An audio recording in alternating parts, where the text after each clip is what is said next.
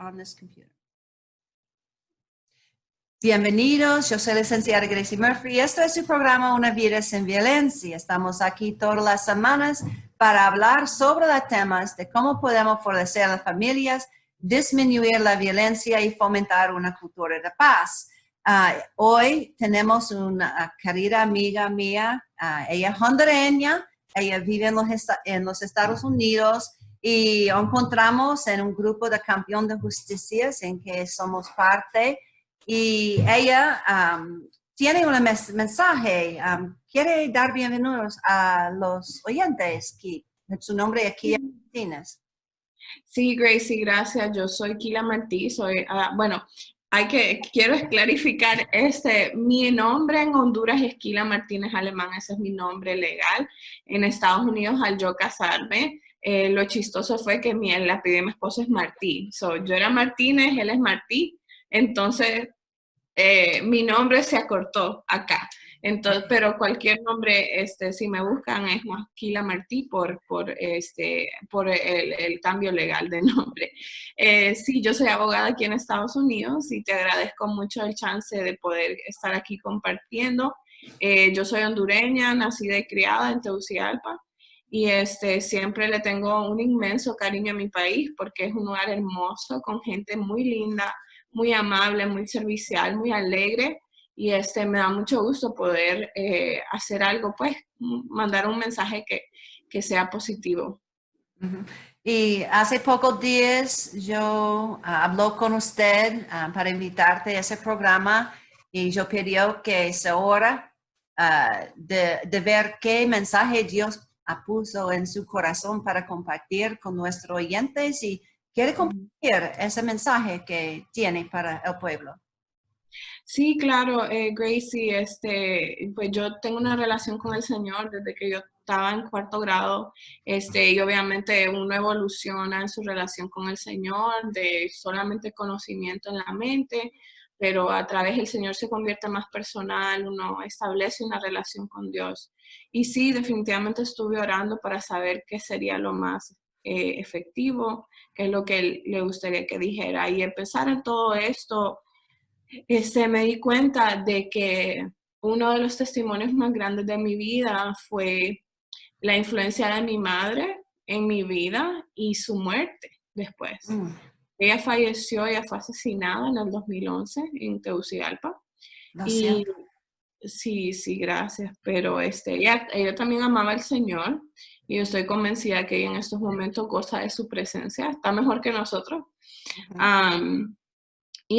Pero sin embargo, eso marcó mi vida de una manera bastante fuerte, pero he creído las palabras del Señor que dice que a los que aman al Señor, todas las cosas le ayudan a bien.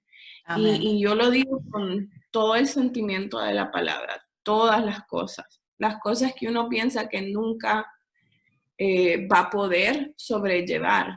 Todas las cosas incluye eso. Entonces, ese es el testimonio que yo quiero abordar hoy día. Mi mamá era abogada en Honduras. Ella era de Tocoa, Colón, una mujer extremadamente inteligente, muy perspicaz, muy tenaz, una persona que no le tenía miedo a nadie. Ella pues se vino de su pueblo, estudió en Tegucigalpa, en la UNA, y sacó su título de Derecho. Mi mamá venía de una familia bastante grande que tenía terrenos y negocios y todo eso, pero era una familia que era plagada por el alcohol y la violencia doméstica. Entonces mi mamá tenía muchos hermanos, mis tíos, pero su padre era una persona que bebía bastante. Entonces él, a pesar de su estatus de una persona pudiente y una persona respetada en la comunidad, se sabía que él era grosero. Y grosero lo digo, golpeaba y físicamente y verbalmente a mi abuela. Y yo nunca lo conocí, fue de bebé. Nunca tuve una relación con él ni con mi abuela porque lastimosamente murieron el mismo año. Pero mi mamá, cuando ella al crecer en eso, ella dijo, yo no quiero eso para mi familia, yo no quiero estar con un hombre que tome y no quiero estar con una persona que abuse de mí físicamente, ¿verdad? Y adicionalmente, ella desarrolló una compasión muy fuerte por la mujer y los niños en Honduras. Entonces, en su carrera, todo el tiempo, ella ejerció de manera profesional, trabajó con compañías, fue magistrada, trabajó con administraciones gubernamentales, pero ella siempre tuvo su despacho legal y siempre buscaba el momento de ayudar a las personas. Y una de las cosas que recuerdo que ella hacía era, miraba las noticias de las 5, perdón, las de las 5, 6, 7, yo sé que hay noticias a toda hora en la noche. Y ella cuando miraba un caso que le llamaba la atención, ella llamaba y decía, mira, yo quiero ayudar a esta persona. Y 2 casos que ella llevó, que fueron muy populares en su tiempo. Por cierto, ella se llamaba la abogada Judith Alemán Vanegas. Era famosa. Entonces ella llamaba a las estaciones y decía, yo quiero ayudar. Y uno de los casos fue el caso de una señora que se llama doña Rosa Alpina, que ella perdió a su hijo, que el niño tenía síndrome de Down. Y el niño se perdió, no se sabe si alguien lo secuestró, él se perdió. Pero el niño acabó de otra señora, y la señora decía que ese era su hijo.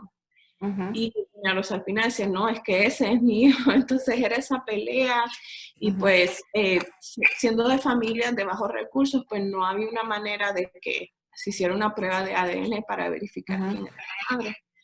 Y entonces mi mamá empezó a trabajar el caso, encontró los recursos para hacer la prueba de ADN y resultó que doña Rosa Alpina tenía razón, era su hijo.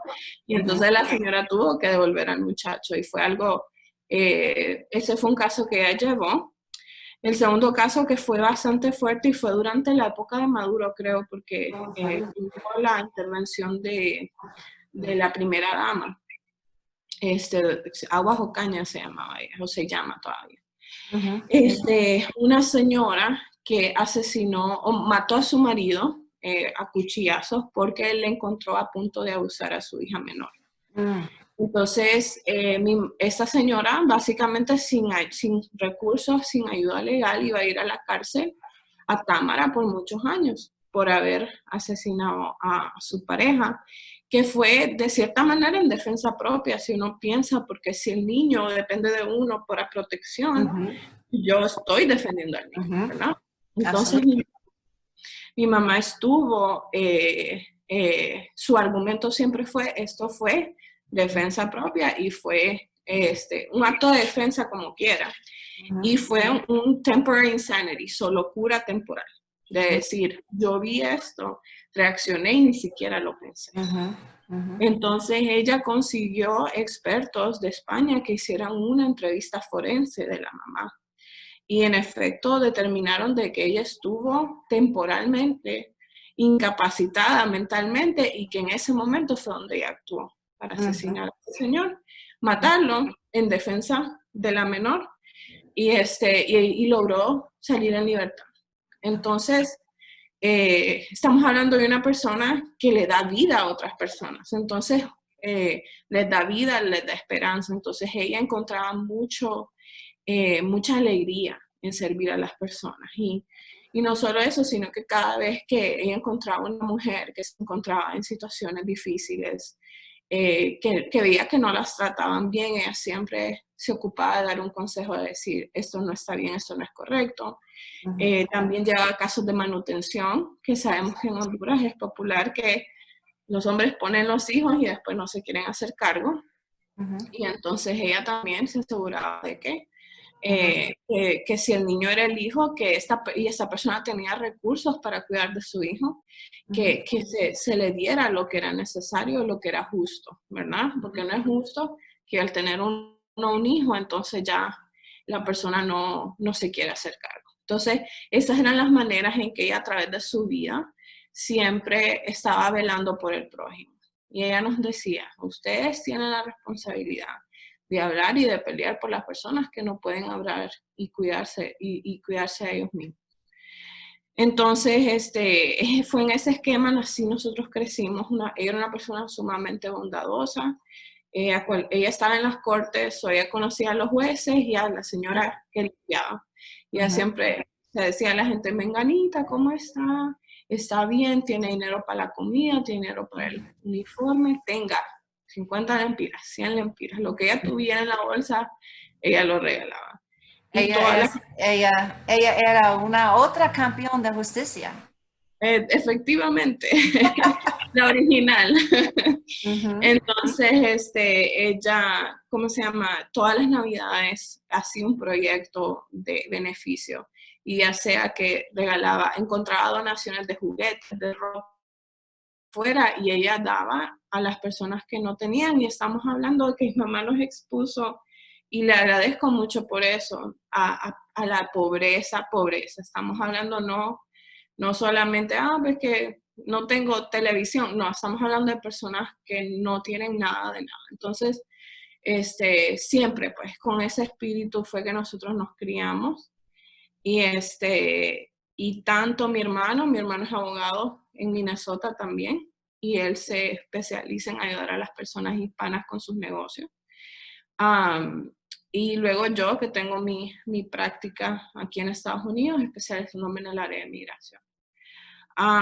Nosotros, yo estaba en la Facultad de Derecho, mi hermano vivía en Honduras y él trabajaba con ella en su bufete, porque mi hermano es abogado en Honduras y acá.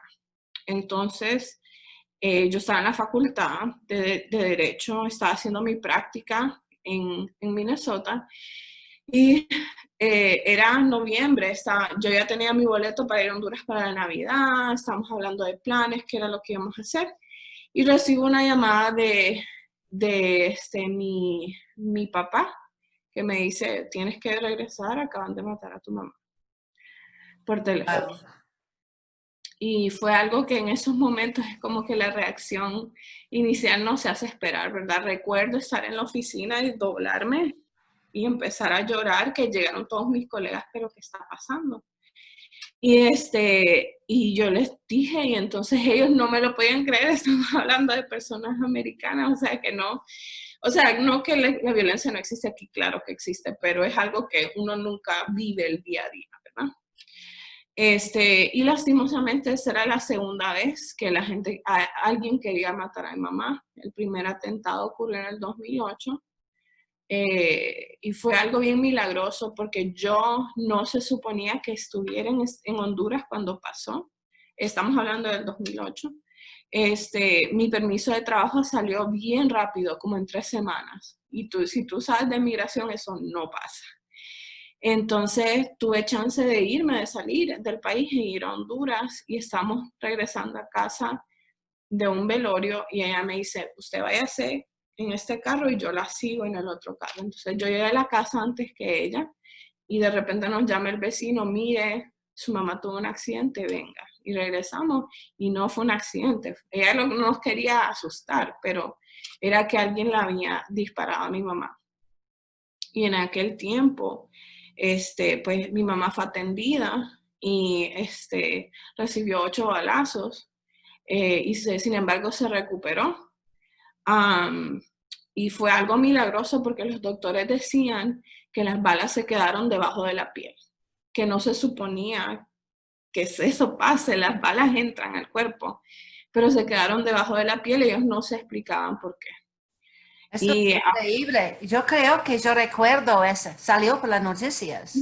Sí, estuvo en las noticias, y eso fue el 2008, en junio del 2008. Y fue algo que, pues, ahora que lo sé más, era como ese no era el tiempo. Y entonces eso es lo que yo recuerdo algo de John Piper, que él dice, tú eres inmortal hasta que Dios dice que es tiempo que te vayas. Si Dios no quiere que tú fallezcas, no vas a fallecer. Entonces, ese fue ese primer atentado. Y uno dice, ¿y por qué no tomó cartas en el asunto? ¿Por qué no se fue? Esa no era ella. Ella era una persona ella dice, yo no le he hecho daño a nadie. Y no tengo por qué tenerle miedo a nadie. Dice, ¿por qué? Yo en Honduras soy Doña Judith. En Estados Unidos voy a ser una más del montón. Yo conozco mi país, me gusta mi comida, y yo no he hecho nada malo, yo no soy una criminal. yo no me tengo por qué andar escondiendo. Ese era su espíritu, ¿verdad?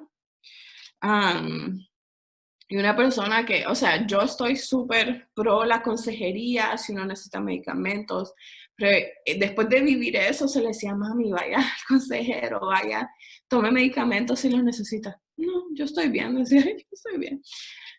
Sabe Dios, ¿verdad? Pero ese era ella, ¿verdad? Esa era su personalidad. Y entonces este segundo atentado en el 2011 ocurrió, entonces como le expliqué, me dejaron saber. Y fue un asesinato con mucha hazaña. Ella venía en su carro con un conductor armado, a quien también asesinaron, y su secretaria, que también asesinaron. Y ¿cómo se llama? El conductor tenía sus hijos, 2 niños que dejó sin su padre, y la asistente de mamá, la secretaria, una niña bebé, casi como de 9 meses creo, que dejaron sin mamá. Wow. Entonces, fue algo bien difícil. Al sol de hoy yo todavía pues como que no me animo a ver videos ni nada de eso porque se capturó, habían cámaras de seguridad de las casas aledañas que grabaron el incidente. Y capturaron a las personas disque, no sé, disque los gatilleros, ¿verdad? Los que usaron, y eran armas de alto calibre, no eran armas de calle, ¿verdad? Eran armas de alto calibre. Parecía como un asalto militar casi, de la manera en que bloquearon las salidas, era muy estratégico. Wow. Y entonces, ¿cómo se llama? Disque atraparon a los gatilleros. Pero obviamente en Honduras sabemos que esas cosas, alguien más es quien las ha mandado a hacer. Uh-huh.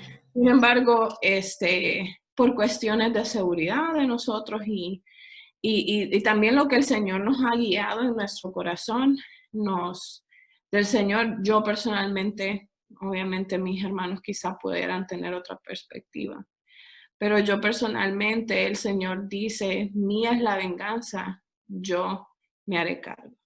Sí, Y Dios cualquier tiene cosa, todo en su mano. Él tiene todo en su mano. y cualquier cosa terrible que yo me pueda imaginar que yo le quiera desear o hacer a una persona como castigo a lo que le pasó a mi mamá, no tiene nada, no se acerca a lo que Dios puede llegar a hacer. Uh-huh. Y Dios es un Dios de justicia, ¿verdad? Y eso hablamos del Evangelio, que el Evangelio es justicia. Cristo murió porque nosotros merecemos la muerte por nuestros pecados. Y ha sido bien difícil para mí concebir el hecho de que tanto yo como la persona que mandó a matar a mi mamá merecemos lo mismo. Merecemos lo mismo.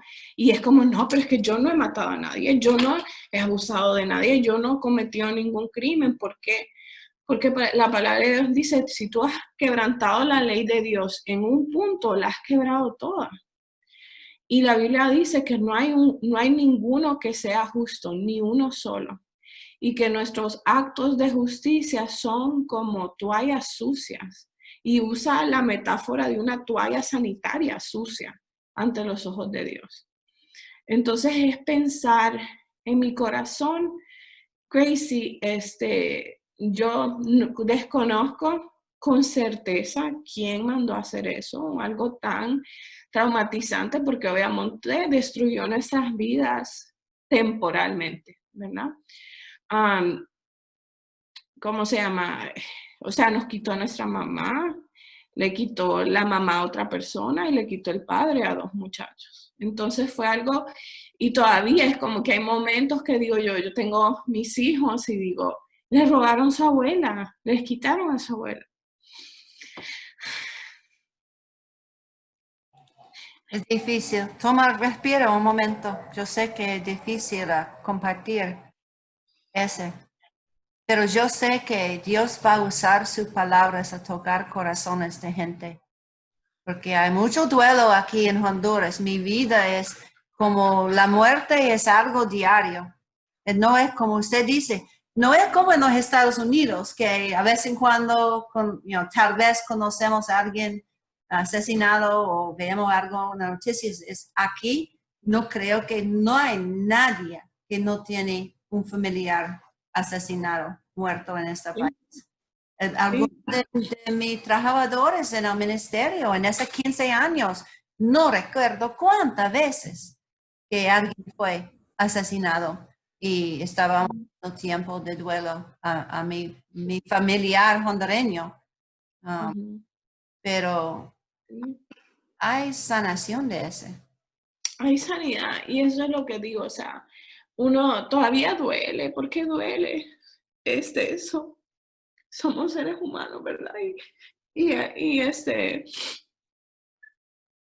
difícil porque uno encuentra la manera de sobrevivir y encuentra la manera de lidiar con el día a día y obviamente yo recuerdo a mi mamá con mucho cariño, y sí me gustaría que estuviera conmigo, pero yo sé que el Señor es soberano y Él sabe por qué. Y te voy a decir, Gracie, fue algo tan interesante porque obviamente por años yo lidié con eso y era como, yo sabía que no era correcto de mi parte estar enojada con Dios, ¿verdad? Porque eso es algo muy normal del ser humano, que es decir, Señor, si tú eres poderoso, ¿por qué no paraste esto? ¿Por qué no lo detuviste? Pero la cosa es que nosotros sabemos que Dios tiene solo nuestro bien en su mente, ¿verdad? Y que nosotros vemos solamente esto, pero Él lo ve todo, ¿verdad? Y entonces un día recuerdo estar manejando y llorando y diciéndole, Señor, ¿por qué? ¿Por qué de esta manera? O sea, yo sé que todo el mundo muere, pero ¿por qué de esta manera tan cruel, tan rápida, tan evil, o sea, tan mala, o sea, horrible, una manera horrible de perder a alguien? Porque es muy traumatizante. Y mi padre y mi hermano fueron los que vivieron esa carne viva de recoger un cuerpo, de lavar un cuerpo, de vestir un cuerpo. Es algo tan traumatizante. Y el Señor me dijo a mí, Kira, es que la tragedia del ser humano no es que muramos, porque todos vamos a morir. Es que una persona muera sin conocerme a mí. Esa es la tragedia humana, porque la vida en este mundo se vive y se pierde. Pero lo que importa es qué pasa después. ¿Vas a pasar tu eternidad con el Señor? Tantos años que viviste en la tierra, que el Señor estuvo persiguiéndote, buscándote, cortejándote. Y sin embargo, la vas a perder, porque Cristo dice que aquel que busca guardar su vida la perderá, pero el que pierde su vida por mí la ganará. Y entonces yo creo en eso por completo, ¿verdad? Decir, Kira, que y no creo, no quiero que la gente piense que Dios es desalmado o que no quiere que uno llore, porque el Señor dice que Él carga nuestros dolores y que tenemos un Salvador que sabe lo que es ser humano y sufrir las cosas que nosotros sufrimos. Y entonces cuando yo me pongo en el lugar de Dios, yo digo, está llorando diciendo, Señor, pero tú no sabes lo que es, como que sí. El Señor perdió a su hijo a manos, y no decir perdió, porque Dios entregó a su hijo, que es diferente. Entregó a su hijo en manos de pecadores. So, Dios sabe lo que yo siento y a Dios le importa y Dios llora conmigo y Dios me abraza y Dios me conforta. Y Efesios habla de que el Señor es un Dios que nos da, aliento a nosotros para que nosotros alentemos a los demás también. Entonces, bueno, después de que mi mamá falleció, obviamente, o sea, todas nuestras vidas, la de mi papá, la de mis hermanos, se vio afectada de manera diferente. Mi hermano tuvo que salir del país porque al no saber específicamente la razón del asesinato, no queríamos llevarnos una sorpresa, ¿verdad? Y sí se cree que es sobre el trabajo que ella hacía, ¿verdad? Porque mi padre ha estado viviendo en Honduras en ese tiempo, pero él no tenía nada que ver con la abogacía. Y mi hermana vivía acá también, entonces fue algo que mi hermana era una menor, 20 años, que sí, no era una niña, pero igual su madre se necesita, ¿verdad? Y luego cada uno de nosotros fue como que nuestra vida se vio transformada, afectada. Pero yo les puedo decir, desde que el momento que mi mamá falleció, el Señor, su rol de padre fue visto inmediatamente, porque uno decía, pues, ¿qué voy a hacer? ¿Qué voy a hacer sin mi mamá? ¿Cómo lo voy a hacer con esto, con lo otro y todo lo demás? Y desde que mi mamá falleció, el Señor fue proveyendo de manera milagrosa para que yo terminara mi carrera, para que yo tuviera dinero para pagar la solicitud del examen de abogado, que es carísimo aquí en Estados Unidos, y luego hasta para planear mi boda. O sea, fue algo que fue como que ella no estaba, pero yo sé que el Señor estuvo con nosotros en todo momento. Y y ahora, como lo digo, o sea, es difícil recordarla, es difícil saber pues que ella posiblemente pudiera estar aquí, pero no lo está. Y sin embargo, mi relación con el Señor fue fortalecida de manera que yo nunca esperaba, ¿verdad? Una profundidad de relación que quizás sin esa tragedia uno no logra aceptar, porque uno se cree que uno puede solo y que uno, soy yo la persona que está en control, pero el Señor estuvo ahí para mí, y yo nunca he dudado de la existencia de Dios y mucho menos ahora, ¿verdad? La manera de que Él se manifestó para cuidarnos, para proveernos, para darme la pareja que mi mamá siempre oró en tener. Um, pues hablando de la violencia, ¿verdad? Yo digo, porque yo no la viví en mi hogar, gracias a Dios, mis padres, o sea, que no eran perfectos, perfectos nadie lo es, pero no voy a decir de que yo vivía en violencia en nuestro hogar personalmente, ¿verdad? Um, pero, ¿cómo se llama? Y luego venir acá, pero todavía hacían falta, o sea, ciertos aspectos del matrimonio que el Señor quiere en los matrimonios cristianos, ¿verdad? Respeto, el marido respeta a su esposa y la esposa se somete a su esposo, eso es lo que dice la Biblia. Y yo la verdad, con todo que mis padres eran como eran, creo que hacía falta el modelo bíblico de una relación bíblica. Y entonces en Estados Unidos Dios puso personas, un profesor de la universidad con su esposa que ministraron mi vida muchísimo. Y esa fue la primera vez que yo vi, so, I can like my husband, o sea, yo puedo querer a mi esposo, me puede caer bien, Ah, eso es es bonito. posible, Ajá. eso es posible, y es como ver, por primera vez, ver un hombre viendo a su esposa con cariño Ujú, y valorar lo que ella dice y ujú. respetar lo que ella dice. Entonces, fue una bendición del Señor poder venir a ver eso aquí en Estados Unidos. Y luego, entonces, la pareja que el Señor me ha dado, mi esposo es una persona tan tranquila, tan paciente, cariñosa, y es una persona que él como ata su felicidad a mi felicidad, Ujú. que él me dice, yo vivo para complacerte. Entonces, es a veces que yo nunca imaginé poder tener. Ujú. Y yo le digo a las mujeres, si usted es soltera o si usted está casado, o sea, si está casado es otro rollo, vaya a hablar con su, Yeah. con su pastor. Pero si usted está soltera, no se conformen. No busquen a cualquiera solo porque está guapo y les guiñe el ojo, ¿verdad? Ujú, Este, uno no vive de amor, ujú. ¿verdad? Uno vive de acciones concretas. Y si una persona con la que tú sales no te trata bien, no va a cambiar cuando te casas. Y se pone peor cuando tienes hijos. Yeah. Entonces, yo lo digo porque ayer mismo estamos hablando con mi esposo de nuestras vivencias de la soltería, y yo estuve soltera por muchos años, y yo doy gracias a Dios por ese tiempo, porque yo lo disfruté, y lo digo que lo disfruté desde el punto de vista que yo salía con amigas, que viajábamos, que me di a mi trabajo, que me di a mis estudios, y que a la hora entonces de casarme yo no tuve ningún duda. Yo ya estaba yo ya había hecho lo que yo quería hacer. Y yo creo que a veces cuando uno vive con eso de que quiero tener novio, quiero un novio y no me importa quién sea, es como que uno deja de vivir.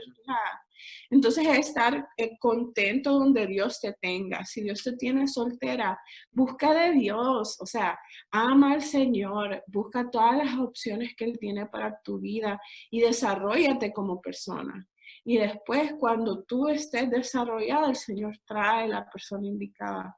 Pero no se comprometan, porque chances tuve con personas, pero uno sabe, o sea, si uno no se siente cómodo, si no va a haber ese respeto, no comprometas, porque uno siempre merece pues respeto. Y no hay nadie perfecto y no hay relación perfecta, pero empecemos por ahí, ¿verdad? Que a veces la violencia en el hogar a veces empieza cuando uno escoge unir su vida a una persona que no es correcta. Ya, eso es un punto muy interesante porque la juventud de este país no tiene visión por su vida. Cuando se pregunta de ellos qué va a hacer, todo eso, y las adolescentes, las muchachitas, ellos más que todo está por la violencia en su familia, la ausencia de su padre o el abuso a ella. Su autoestima está tan baja y como usted dice, recibe cualquier persona que muestra amor a ellos. Y yo digo a este muchachos, hace una lista de las características que tiene que tener su esposo en el futuro. ¿Qué quiere de esta persona? Y yo lo mismo, juventud, buscando a alguien para amarme. Es una falta de identidad que tenemos y bajo autoestima. Y yo tuve muchas relaciones malas sufriendo de varias cosas. Y hasta yo puse esa lista y dije, ok, yo y Dios y mis niños, yo tuve 2 niños a ese punto, una por resultado de violación y otra de un matrimonio de solo 1 año. Y como usted dice, Dios me creció y Él entregó al Señor de mi vida. Pero yo espero 3, 4 años, solo yo, mis hijos y Dios. Y cuando Él vino, yo no quería ser novia porque yo no quería tener los mismos problemas, pero Él tuvo las cosas en mi lista y sobre tiempo, sí, y casemos y este año cumplimos 20 años de matrimonio. Sí. Y pero eso es una mentalidad aquí en Honduras de las chicas, de que no es cualquier que dice te quiero.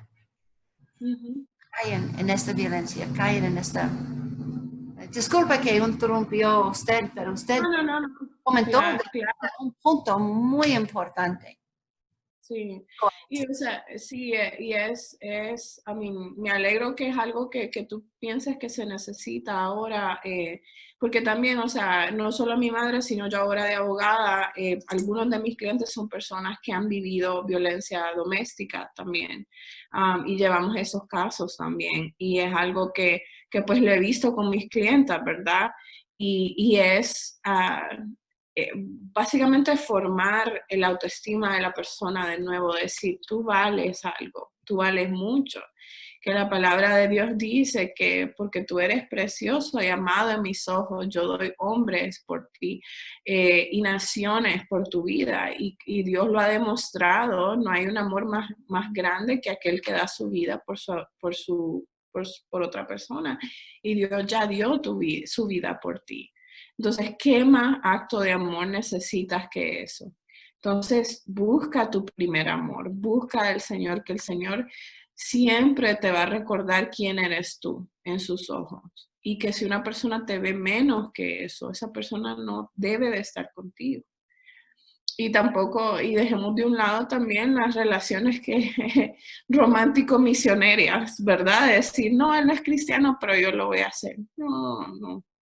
Eso no funciona así. Sí ha funcionado, ¿verdad? He escuchado de parejas que funcionan, pero esa es la excepción, no es la regla. Entonces, no, el Señor dice, no andes en yugo desigual. Si tú eres una persona cristiana, no busques una persona no cristiana.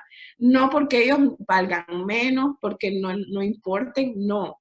Es porque dice 2 dice, two ox, so vacas, así que uno pone el yugo para que aren la tierra. Dice, no puedes tener una que vaya para allá y otra que vaya para allá, las dos tienen que ir. Entonces, si tú eres una persona cristiana, tienes que tener otra persona cristiana para que te empuje a la dirección correcta. Y eso es otro, ¿cómo se llama? Importante, ¿verdad? La relación y eso fue algo. Entonces, como que volviendo al caso de que en qué se relaciona eso, con mi mamá fue algo que entonces la influencia de ella en mi vida de decir, Kila, usted nunca acepte que alguien le haga daño. Y ella oraba y dice, yo busco a alguien que quiera de mis hijos y que busque elevarlos a otro tipo de vida. Y no solo financieramente ni materialmente, aunque pues no duele, ¿verdad? Pero, o sea, de manera espiritual y emocional, una persona que cuida de ti. Y entonces, después de que mi madre falleció, yo había empezado a ver a mi esposo, inclusive el Señor me concedió que mi mamá conociera a quién es mi esposo ahora, porque mi mamá no tenía planes de viajar a Honduras en el 2011, pero lastimosamente un tío de nosotros falleció por causas naturales aquí, entonces ella viajó y en ese viaje ella pudo conocer a quién es mi esposo ahora. Y eso fue algo que yo digo ahora, wow, like, hasta de eso se ocupó Dios, de que mi mamá por lo menos lograra poner sus ojos en la persona con la que yo me iba a casar. Y también esa persona, Dios la puso, o sea, él ha sido una bendición para mí, porque Dios lo puso a mi lado para confortarme y también para animarme pues a seguir adelante, ¿verdad? Y otra cosa que hablando, o sea, de lo que viven los traumas de las personas que viven asesinatos de un ser querido, es llegar al punto del perdón, ¿verdad? Cuando uno piensa que yo voy a perdonar al que hizo qué, no, nunca, que lo perdone Dios, pero yo no. Eso es lo que dice uno. Sin embargo, el Señor nos manda a perdonar. Y saben que el Señor lo hace no por la otra persona, sino por ti. Porque la persona que no puede perdonar es una persona que vive prisionero de sus pensamientos y sus emociones. Y entonces, hasta cierto punto, o sea, la libertad suprema del perdón es eso, de que yo, o sea, te voy a perdonar porque no quiero que tengas ni un poco de control sobre mi vida. Porque si uno no perdona, eso quiere decir que la persona todavía te controla, ¿verdad? Y que esa persona todavía tiene algo que ver con tu vida. Ujú. Entonces, recientemente yo estaba leyendo un libro que se llama Una vida mejor, de una autora puertorriqueña que se llama Christy Mueller. Está en Amazon, no sé si está a la venta en Honduras, pero es de una editorial cristiana. Entonces ella habla de que la falta de perdón es como que tú encarcelas a la persona que te hizo daño, lo metes a la cárcel de tu mente y de tu corazón y luego tú te quedas ahí como guardia, velando. Y en esa situación no solo hay una persona que está encarcelada, tú también lo estás. Mientras que si tú dejas libre esa persona, esos sentimientos, entonces estás libre y número uno, para que el Señor haga lo que Él tenga que hacer con esa persona y número dos, para que tú puedas recibir la sanidad completa que necesitas. Entonces, cuando yo pienso en las personas que quizá le pudieron haber hecho esto a mi mamá, yo a veces hasta lástima les llego a tener. Porque son personas que sin el Señor quizá no tienen paz mental ni paz en su corazón.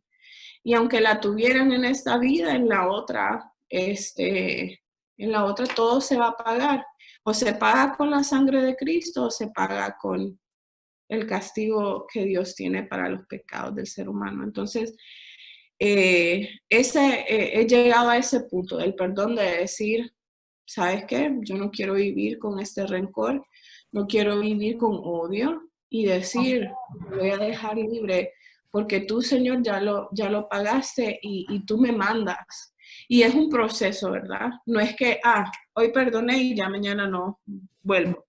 Van a haber momentos que va a regresar Y uno tiene que decir, Señor, yo quiero ser obediente a ti, yo perdono a esta persona y te pido que te lleves todos los sentimientos negativos. Y Ujú. poco a poco tú ves cómo eso va perdiendo el poder sobre tu vida. Es increíble porque la gente no quiere, ¿cómo se dice? No quieren perdonar a otra persona porque confunde que está diciendo que hizo no era mal, pero Ujú. por personal, la Biblia dice como se dice que si yo no puedo perdonar a otros, Dios no puede perdonar a mí. Y yo, cuando hablo con gente sobre ese tema, estoy pensando de un cáncer, de un corazón, que la persona quien guarda el rencor y que no se perdona a otro es como un cáncer que crezca, es algo pesado en la vida. Y qué maravilloso que usted podría, ¿cómo llegó usted a ese punto de perdón? Ujú.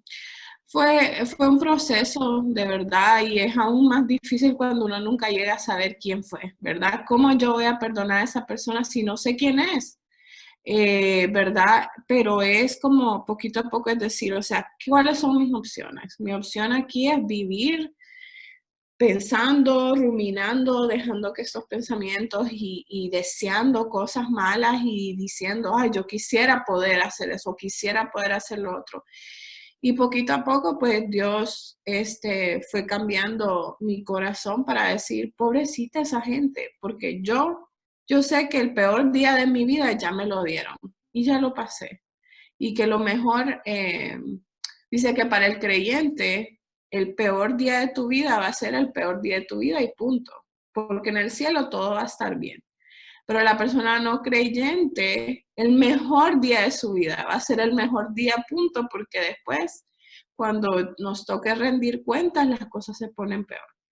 Entonces digo yo, ya pasó, tengo que dejarlo ir y también recordar, y esto es bien difícil, esto fue sumamente difícil, decir que yo merezco el mismo castigo que la persona que mató a mi mamá. No estoy riendo porque dijo algo para reír.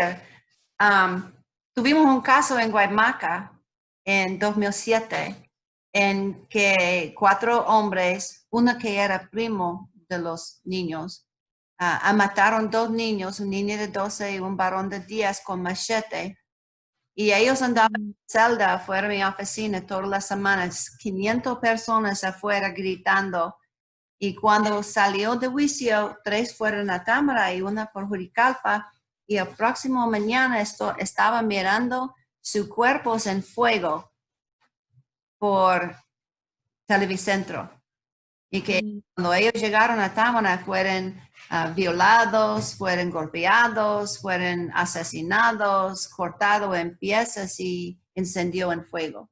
Y en mi mente yo estaba pensando, wow, qué perdida de estas 4 jóvenes, qué perdida de estos 4 hombres. Y un poco años después, en 2010, un hombre mató a su mujer, cortó su cabeza con machete frente a los niños.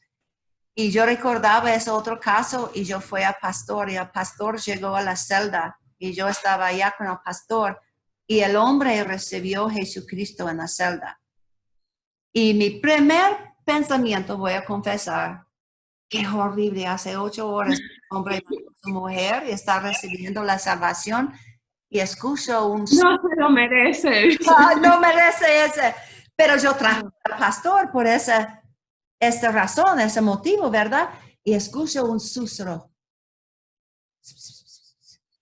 Y el susurro fue un poco más grande y dice, usted no lo merece tampoco.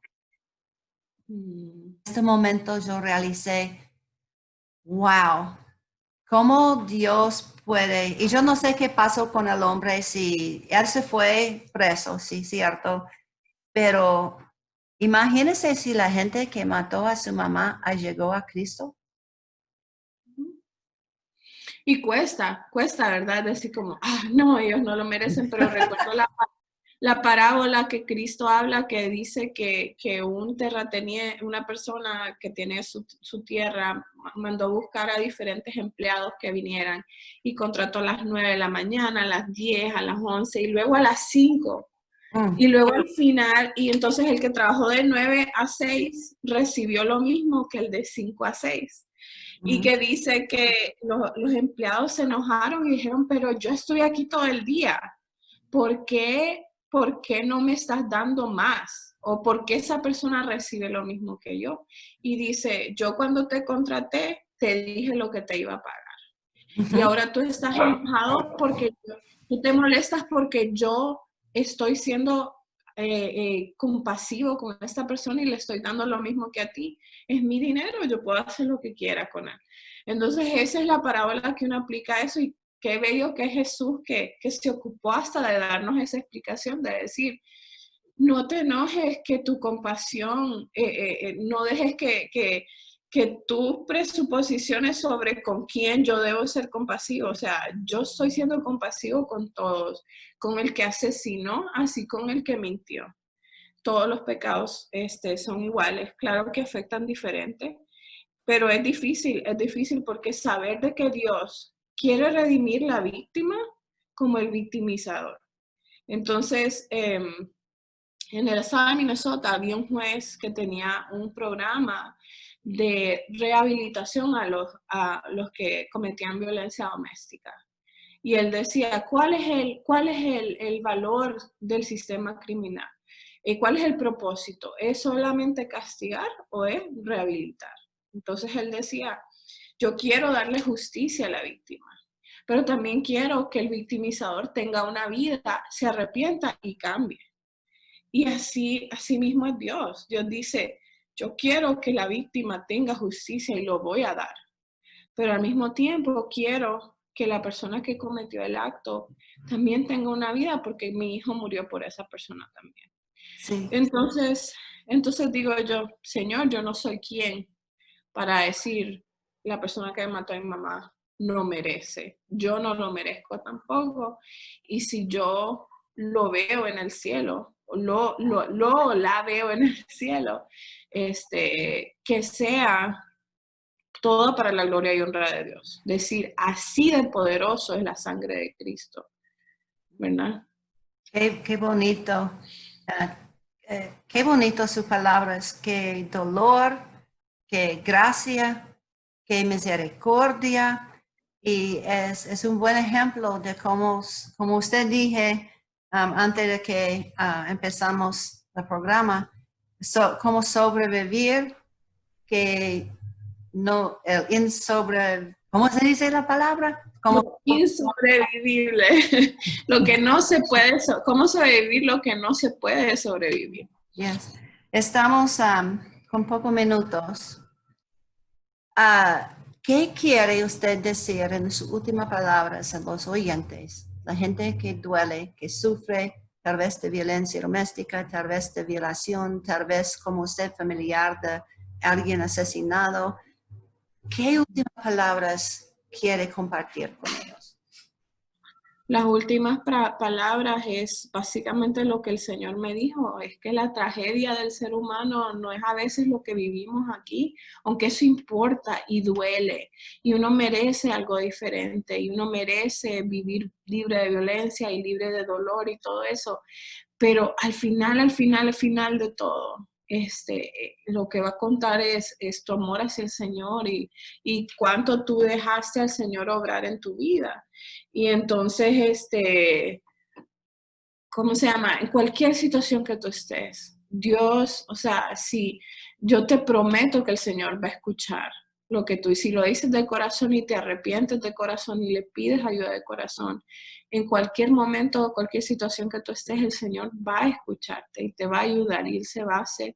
Dios dice que Él nunca va a rechazar a una persona que lo busque con todo su corazón. Entonces, busca al Señor. Yo no sé cuáles son tus circunstancias específicas, puede que yo no sepa cómo bregar con esa situación, pero el Señor sí sabe. Y el Señor te ama, el Señor murió por ti, el Señor quiere darte una vida nueva. Entonces, empecemos por ahí.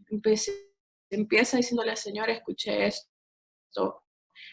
tengo tanto dolor, estoy sufriendo tanto, no sé cuánto más pueda, ayúdame. Y a veces esa es como la oración más poderosa que podemos hacer, porque Cristo mismo dice, no creas que por tus muchas palabras Dios te escucha más. El Señor quiere personas que le adoren en espíritu, en verdad, y es decir, en lo más profundo de su corazón. Entonces busca al Señor, no importa tu situación, el Señor, su propósito se va a cumplir en tu vida y va a ser lo mejor que puedes imaginar. Qué bellas palabras, bellas, bellas. Estoy muy agradecida que usted ha compartido su testimonio. Yo sé que fue fuerte a usted por hacerlo, pero yo creo que alguien quien está escuchando por radio o está viendo por YouTube, que va a tocar los corazones de ellos. Esto es el fin de nuestro programa.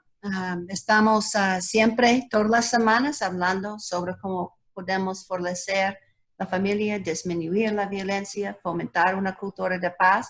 Recuerda de que en la casa no queremos pegos, no queremos que pega uno a otro, queremos que abraza. No queremos que salga de la boca palabras feas a uno a otros, solo queremos besos. Dios quiere usted y no importa qué sufrimiento que ha vivido.